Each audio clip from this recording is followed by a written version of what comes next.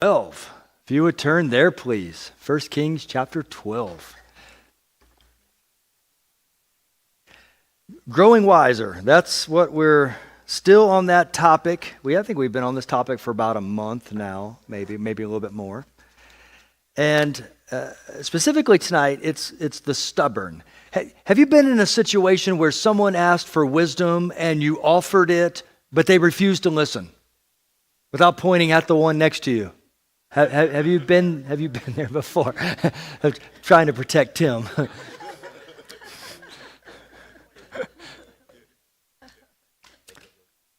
Does that ever happen?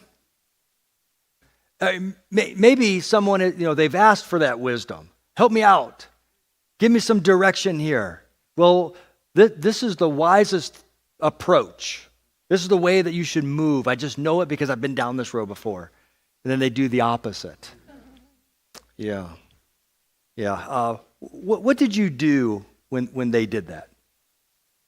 How did you respond to them?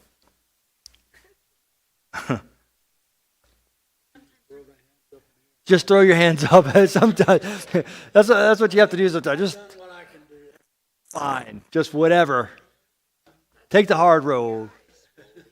Yeah, roll the eyes. Okay. Yeah, isn't that the truth though? Yeah. Anyone else? What did you do? Okay, you question. Why did you even ask me? Yeah. I think that's a fair question. Why did you even ask me? Yeah, if you didn't want to know, why ask, right? They wanted to hear something different maybe. Yeah. Or exactly, justify what they wanted to do. That way if it went south, it's your fault. Yeah, that's the old victim mentality, right? Yeah, that's right. Make it somebody else's fault. Well, when King Solomon fell into idolatry, God chose Jeroboam, one of Solomon's most capable officials, to be king. But he ended up running into exile when Solomon died. He ran for his life. He got out of there. And Solomon's son, Rehoboam, was made king. And you got to really, as you're reading this whole account, you got to pay attention. Jeroboam, Rehoboam. Like out of all the names in the world, couldn't we have, done something a little bit different? Jeroboam and Rehoboam, yes. Okay, let me read 1 Kings. Let's go ahead and just read verses 1 through 7. Chapter 12, 1 Kings 12, 1 through 7. Kind of a large lump here, and let's talk about that. 1 Kings chapter 12, verse 1. Then Rehoboam went to Shechem, for all Israel had to come to Shechem to make him king. Now, when Jeroboam was the son of Nebat, when Jeroboam the son of Nebat heard of it, he was living in Egypt, for he was yet in Egypt where he had fled from the presence of King Solomon. Then they sent and called him, and Jeroboam and all the assembly of Israel came and spoke to Rehoboam, saying, "Your father made our yoke hard.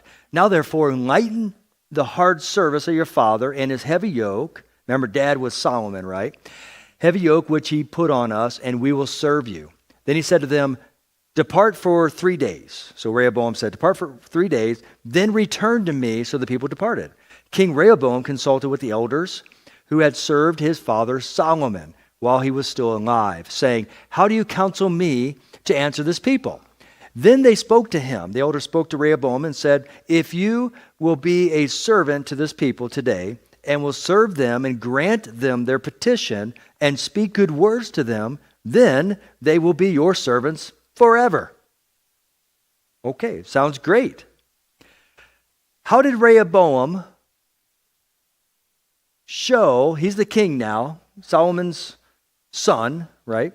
How did he show initial signs that he might be a cautious and judicious king? Okay, he asked advice from those who served his dad, right? That's who the elders are here. Is there anything else that you see there? Anything else that stand out? That's kind of the big thing, isn't it? He asked dad. Now, could he have done other things? Could he have made a decision right there and then? Yeah, but he didn't do that, right? He thought, I'm going to get some wisdom. And wisdom is the correct use of knowledge, right? So he's gaining knowledge.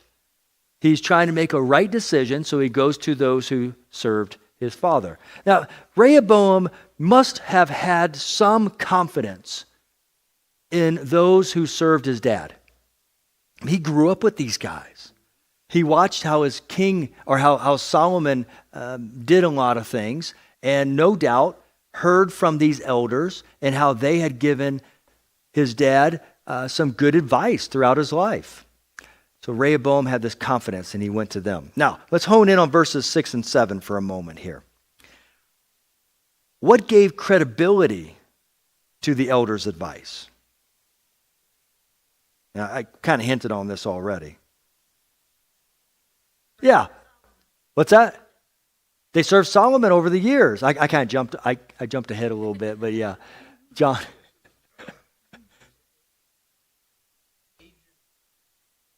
Okay, age and experience. Yeah, these guys were actually experienced, and they've been around for a while, right? What's that, Bill?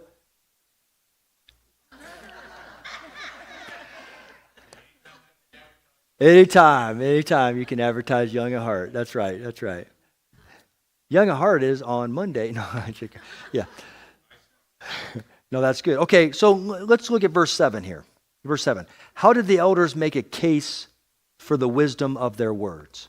Because they're making a case here for wisdom. What stands out to you in verse 7?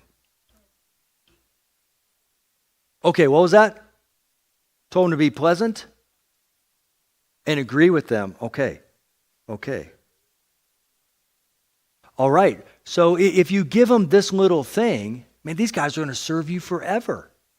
Do you think that was sound advice? So Rehoboam, if he listens to the elders that served his dad, the counselors, and he removes some of the heavy burden that Solomon placed on the people, the taxes and the heavy workload, and he removes some of that, there's a chance here that his kingdom is going to serve him for the rest of his life, that they're going to be loyal to him. I mean, this sounds like a win-win.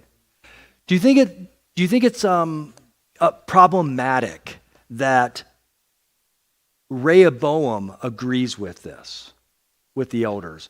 Is it a problem that the people of the kingdom have a heavy burden, that the burden is lightened, I should say? Do you think that's a problem? Do you think it's to have it lightened? Is that a problem? Do you think could it negatively affected Rehoboam? How? How could it have negatively affected Rehoboam?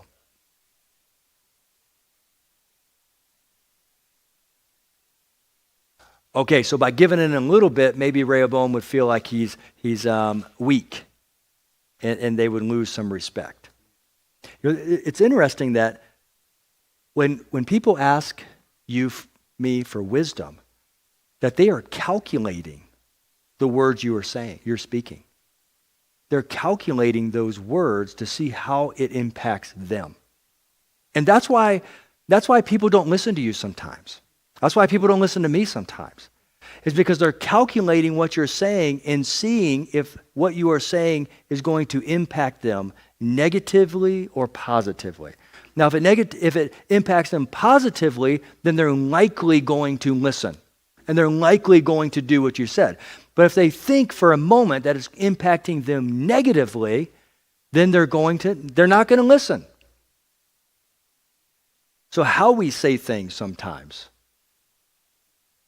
can have greater effect than just kind of saying, hey, this is the wisdom. You don't do that again. Right?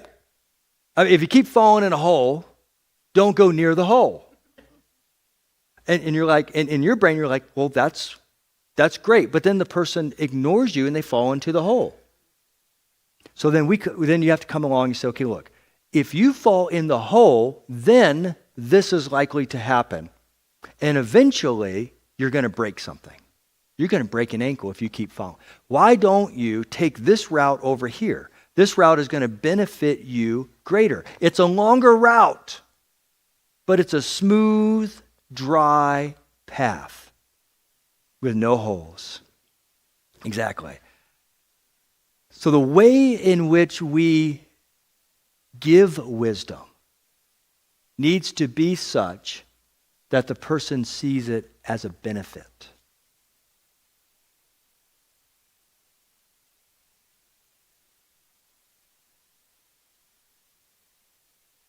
Oh yes, they're looking at your life too. Yeah, that is absolutely. Do you live that way? Yeah, yeah. Because we've all probably heard from people what appears to be wisdom, but in reality they don't live that way. Yeah, they're watching. Yes, yes.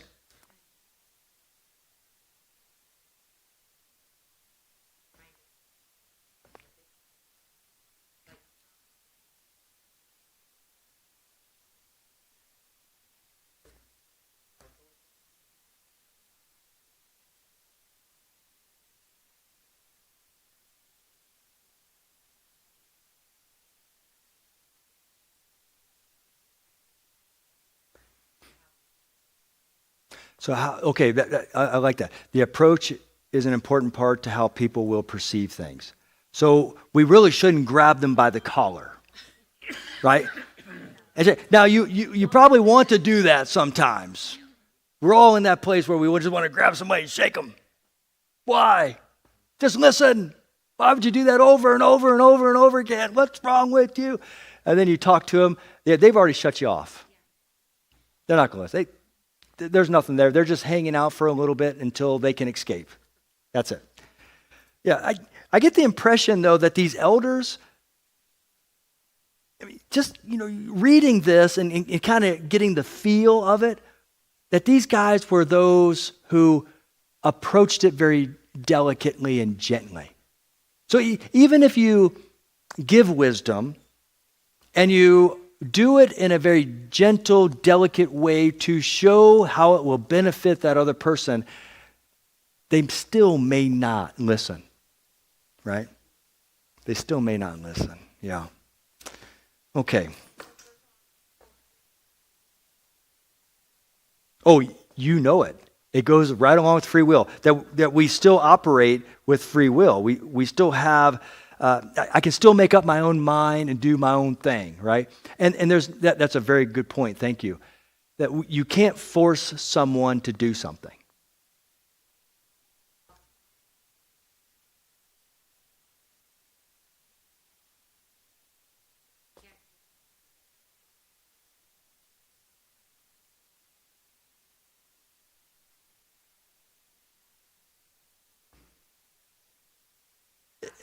It has no weight behind it, does it?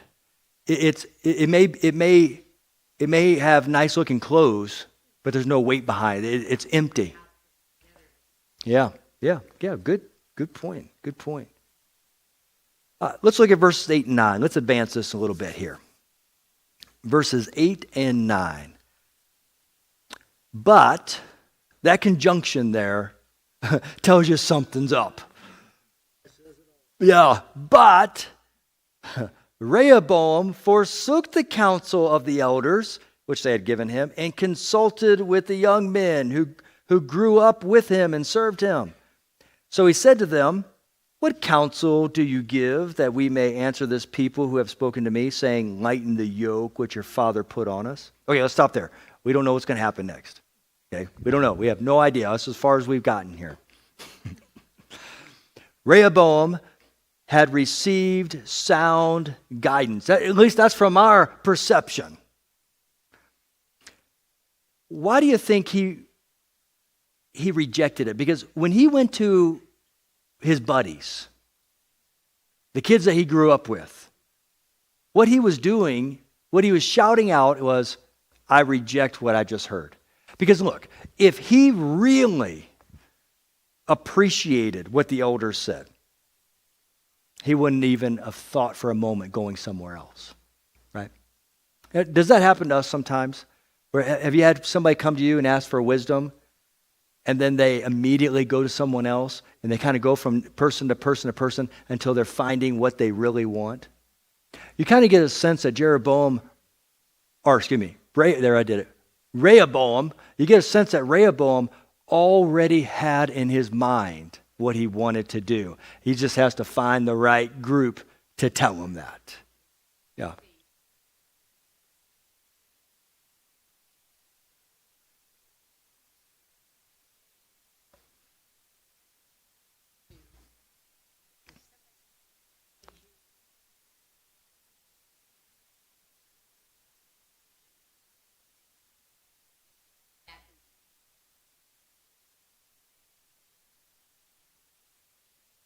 Yeah. But that makes good sense, I think, here in this context, that when what was said was when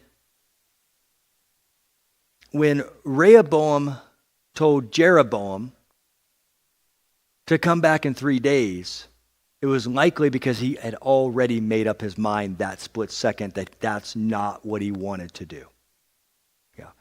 Could the elders have done anything different, do you think, to convince or to be more forthright, more strong, more convincing of their argument? Do you think they could have done anything else that would have caused Rehoboam to not go to someone else? No. Probably not. Probably not. Like you said, that free will problem. Yeah. Yes. Okay, could it be that he was seeking out a second opinion? Maybe. Seeking out that second opinion, that tells us that there was some doubt, though. Yeah, maybe. Yeah. Okay, could it be that my buddies that I grew up with, could it be that they agree with the elders? And if they do, then I'll make up my mind to go with them. But if they don't, then maybe I'll consider what they said. Okay, so maybe that's what he was doing. Maybe he was just seeking out a bunch of different possibilities. Okay. Yes. Or he might have really liked his idea. And Okay, so he liked their idea, the elders' idea, and he was hoping. he liked his own. Oh, yes. He. Not his buddy. Right? Yeah. Yeah, so Rehoboam had his own thinking of what he wanted to do. He disagreed with the elders, and he was hoping that his friends would agree with him, which would justify his case to move forward. Yeah, that seems very likely to me. He's looking for justification because he's already made up his mind, right? Yeah. Oh, he doesn't want to disappoint his friends. That opens up a whole new thing. So when someone comes to us, or let's use that first. Somebody comes to us, and they ask us for wisdom, and we give that wisdom. How did you say it, Marilyn? So that person that asks, if it's contrary to how they may be perceived by others, they may be persuaded by others to do contrary to what they heard. So there is a persuasion from a peer pressure, right? Peer pressure is something we think of in school, right? But is peer pressure something that we experience today? Yeah, it is. Yeah, people have great influence on us. And we do listen to what other people say, oftentimes, even if it is not to our benefit, because we're concerned how they will see us. Yeah, Larry.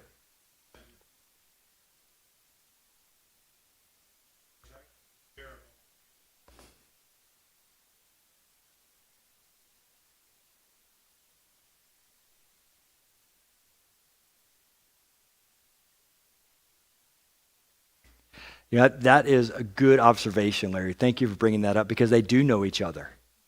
They had to have, because Jeroboam worked for Solomon. Rehoboam's in the house. Jeroboam was like one of the greatest officials a commanding official, a good guy. So yeah, absolutely, or a good guy. So it appears. Okay, good. Oh, a lot of things to consider here. Let's look at verses 10 and 11. Let's move forward a little bit. Verse 10 and 11. The young men who grew up with Rehoboam spoke to him, saying, "This is what you should do to this people who spoke to you. Say this, your father made our yoke heavy, now you make it light for us." Or this is what they said. "But you shall speak to them, my little finger is thicker than my father's loins." Kind of like I'm much greater than his courage. And then verse 11, "Whereas my father loaded you with a heavy yoke, I will add to your yoke. My father disciplined you with whips, I will discipline you with scorpions." Oh, this guy's got some anger built up, doesn't he? Some heavy anger built up. You know, who? Okay, never mind. Yeah. Okay. What was the appeal of the younger men's advice? What did they end up telling Rehoboam to do? Kind of like in your own words. What did they tell Rehoboam to do? Yes.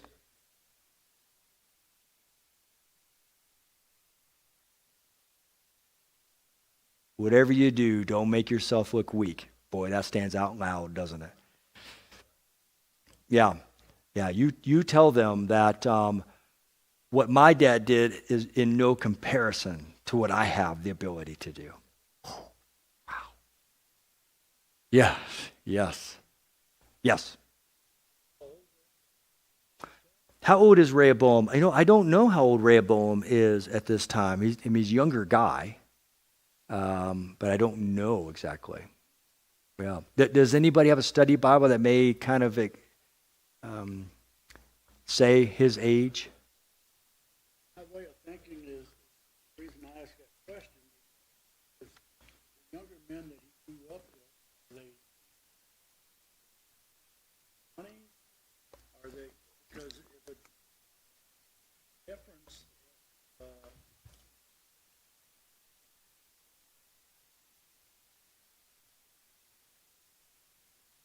the older generation, Okay, so maybe these guys are actually under the thumb. Okay, might not be. Might not be old enough. Okay, yes. Do you have about 40? About 40. Yeah. So just a little bit older than me. Yeah. Okay, it's good to know. Okay. I get it in there every time I can, but yeah, it's not true. It's not true. Yeah. That's just one day. Thank you, Marilyn. I'm one day closer to the Lord. Thank you for that encouragement. Yeah, that was good. Okay, so 40s. Yeah, middle age, right? Okay. Yeah, so their advice was really, hey, be tougher. Hit these guys hard. Show them that you're king. Show them that you're strong. Show them that they are going to do whatever you tell them to do. Wow, he's just beginning. You realize that? Rehoboam's just beginning to be king. All right, let's look at verses 12 through 14. Verse 12, "Then Jeroboam and all the people came to Rehoboam on the third day as the king had directed, saying, 'Return to me on the third day.' The king answered the people harshly, for he forsook the advice of the elders which they gave him. And he spoke to them according to the advice of the young men, saying, 'My father made your yoke heavy, but I will add to your yoke. My father disciplined you with whips, but I will discipline you with scorpions.'" All right, the older advisors.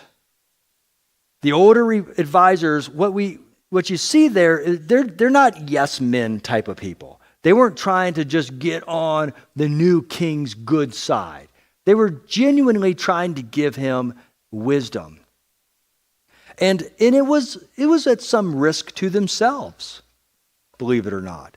Imagine that Imagine that you over here, let's put ourselves back in this time, and we're flies.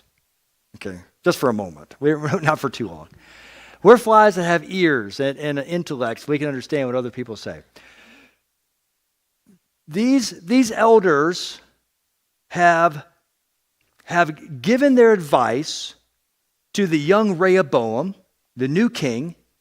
Rehoboam went to his buddies, took their advice, and then on the third day told Jeroboam and others that he was going to be harder than their dad. So now the elders come together and meet in a room, and we are flies. We're on the wall, right? Hopefully nobody's looking. Yeah, hopefully no fly swatters or sticky tape. But we're on the walls, and we're listening to the elders. How do you think they responded to each other? Do you think they were happy? Frustrated? What are some remarks that they would have made, do you think? What's that? Why won't they listen? Why won't these young people listen? Okay. Yeah. Marilyn, what'd you say? Excuse me? That's what they're saying. That's what you're hearing. Yeah, that's right. Time to get out of Dodge. Let's just get out of here. They can do whatever they want. We're going to another kingdom. Yeah. Yeah. Ooh, they're talking about fear. They're afraid. Good point, because the king totally went against their wisdom.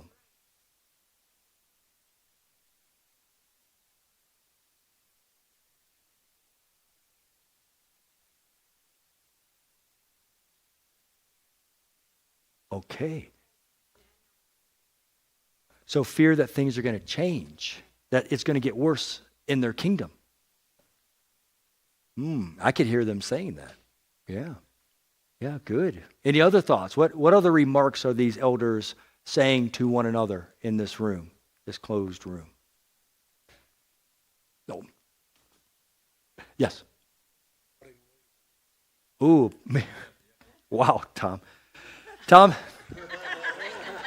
listen, let me tell you. If you ask Tom for wisdom, just follow through, because he's convinced these guys are plotting to figure out how to get rid of Rehoboam and the whole bunch of them. So be careful who you ask wisdom from. Okay? Yes. Okay, good. Yes, good. Thanks.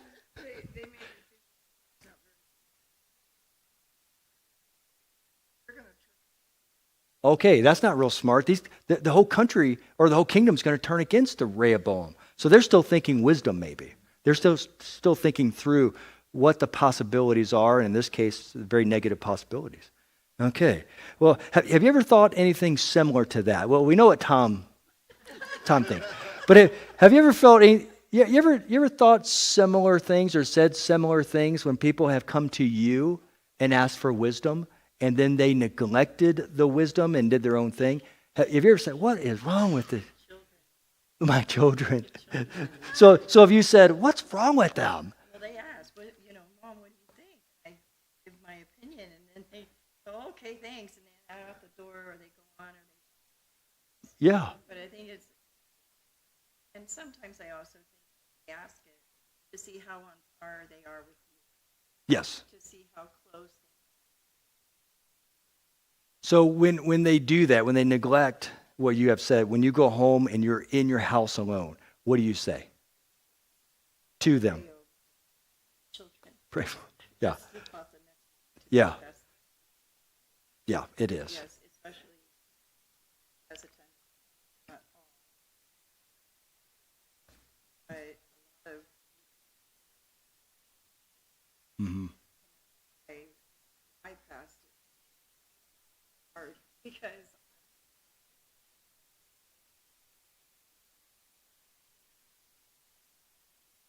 Yeah. So you would plead to God or help them to understand what they're doing. Okay. Yeah.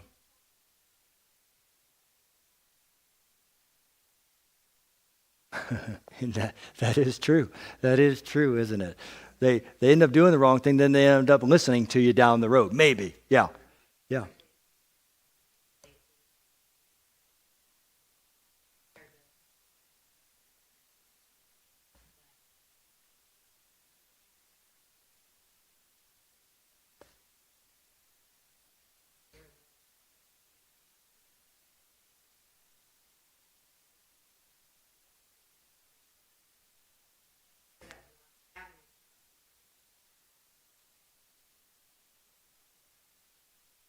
Yeah. Yeah. Yeah. Yeah. Yeah. Yeah. It's all throughout, isn't it? And we do have remarks that we announce in closed rooms sometimes. What's wrong with these people? Okay. Well, the elders waited to offer advice until they were asked by Rehoboam. Did you notice that in verses 6 and 7? Scripture doesn't tell us that they said anything until they were asked. How do you decide when it's appropriate to give advice to someone who is going the wrong way? How do you know when to give advice? Should we always wait until we're asked? Or if we see somebody, should we just jump in and say something? How do you know when?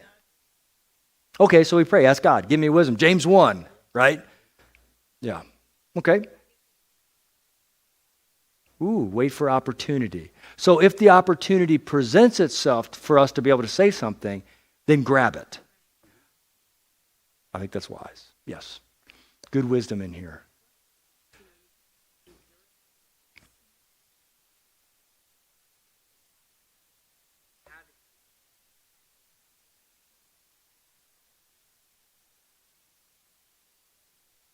Okay, so approach it with, hey, I've walked down that road, and this is what happened to me. Okay, so be more relatable. Okay, yes. Okay, so if you know they're going to get hurt, then there's a sense of obligation. Don't wait for them to ask. Jump in there. Okay, yeah, that's good. When is it appropriate to back off and just let God handle it? Like just back off and don't do anything at all. Just get out of it.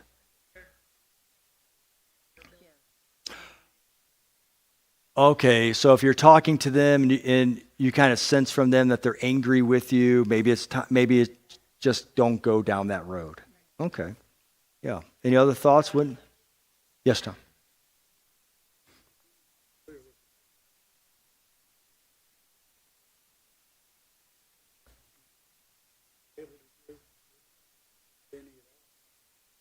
Okay, that's good. So if you're not knowledgeable about what that person is going through, then maybe it's better to not say anything at all. Because you can lead them down a road that could be worse, right? Where you think it's wise, but come to find out it's not wise because we don't really know what they're going through. Yeah, okay. Wow, yeah. Okay, let's look at verses 15 through 20 and we'll close up with this. Verse 15. So the king did not listen to the people, for it was a turn of events from the Lord, that he might establish his word, which the Lord spoke through Ahai the Shilonite to Jeroboam the son of Nebat. Verse 16. When all Israel saw that the king did not listen to them, the people answered the king, saying, "What portion do we have in David? We have no inheritance in the son of Jesse.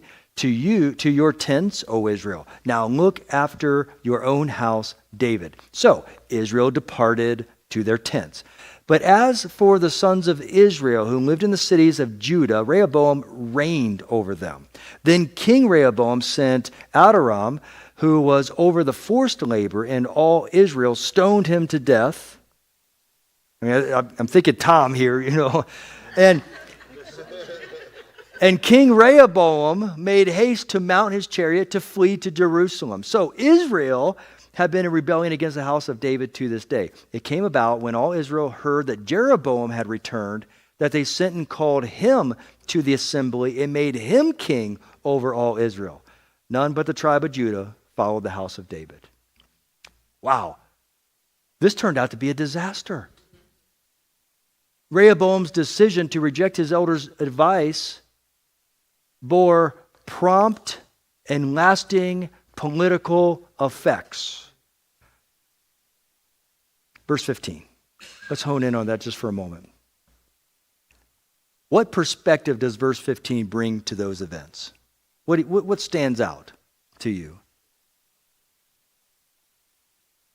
Yeah, which the Lord spoke through. Yeah, the Lord was a part of all this, wasn't he? What happened after King Solomon to the nation of Israel as a whole? Do you remember? It split. It split. King David, one nation. Solomon, one nation. Jeroboam, Rehoboam became two nations. To the north was Jeroboam, 10 kingdoms, 10. To the bottom, Rehoboam, Judah, which was, do you remember who they were? Judah and who else? Benjamin. That's right. That's right. And it stayed that way. It stayed that way. This brought on everlasting change to this nation, to this one kingdom that is now split into two kingdoms. Whew. Not listening to wisdom can have an effect, a consequence that can last the rest of a person's life. Well, I think we took in a lot here about the stubborn, how we should respond, when we should respond, why we should respond, the means in which we respond, if we should even respond or just walk away. There's always consequences to every action. I think that if we go into a situation with people who are interested in hearing something, whether they hearing wisdom from us, whether they'll accept it or not, we go into that situation not for our own personal gain, but for the best of that person. And when we express to the best of that person what is on our mind, on our heart, that we're expressing it for their best, it's more likely that they'll accept what we've said. When we put our care and concern onto somebody else, that we have a care and concern for them, what we say will have greater impact in their lives. It's not about being smart. It's not about having knowledge. It's not about having wisdom. It's always, always, always about how much you love and care that person that you're talking with. Yeah. You can love somebody and care for them and give them bad advice, and they're likely to follow it, not because of the advice, but because they see that you care about them. I think these guys are a disaster. I don't think there's a whole lot of caring here, a whole lot of love or anything. I think there's a whole lot of selfishness here. My way or no way. But when we approach a situation, let's approach it that people are of worth. They are of value. People are made in the image of God. If we have an opportunity to speak wisdom into somebody's life, take it so serious that you add to that wisdom a love and care for the person. And it is likely that they will listen. If they don't listen, they have a free will. And at that moment, we have to back off, go into your room, and pray. In Jesus, there is hope. God can still get a hold of that person and change that person around. Let me close in prayer. Father, wild situation here with this group, but this is what I think we have been through these types of things. We've seen others through these types of things. We don't always make the wisest decision, and we don't always listen to the wise. We listen to ourselves and what we want at that moment. But Lord, we want to be the people that can be called upon and that can give wisdom, but with great love and care and concern for the individual, for that person who's asking. May that be who we are. Just like you, Jesus. We can come to you anytime and ask for wisdom, and we will listen hopefully.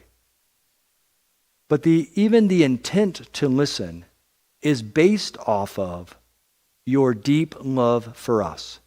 We see that. And that's why we want to come to you. We don't always listen. We get that, Lord. But that initial intent is because of your love. May we show that to others as well. And may we accept that from others when we need wisdom and we ask from them. In Jesus' name, amen. Have a wonderful, wonderful evening. Enjoy it.